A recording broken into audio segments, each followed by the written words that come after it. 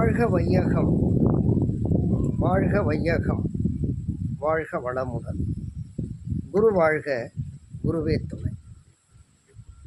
அருட்பேராற்றல் கருணையினால் இயற்கை யோகா மையம் இன்று அபிராமி அந்தாதியின் 49வது பாடலை சொல்லி பாடி மகிழ்கிறது. காரணம், இப்பாடலை கேட்க, படிக்க, பாராயணம் செய்ய மரண துன்பம் இல்லாமல் இருக்கும். பாடல்: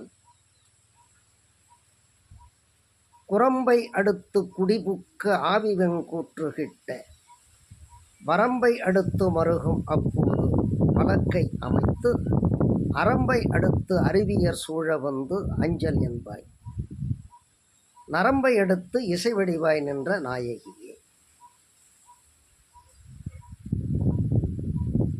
வாழ்க வையகம், வாழ்க வையகம், வாழ்க வளமுடன்.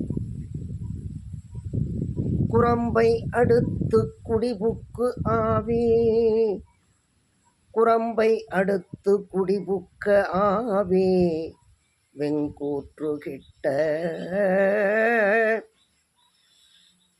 வரம்பை அடுத்து மருகும் அப்போது வழக்கை அமைத்து, அரம்பை அடுத்து அறிவியர் சூழ வந்து அஞ்சல் என்பாய், நரம்பை அடுத்து இசை வடிவாய் நின்ற நாயகியே.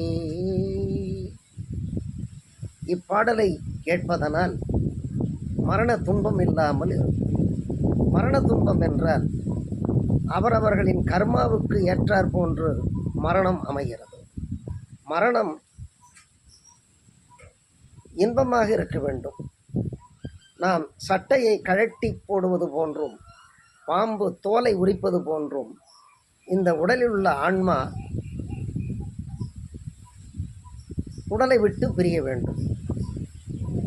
அத்தகைய நிலையை தர வல்லது, நாம் செய்த தீயவினை பதிவுகளை போக்க வல்லது இந்த பாடல். கேளுங்கள், படியுங்கள், பாராயணம் செய்யுங்கள். வாழ்க வையகம், வாழ்க வையகம், வாழ்க.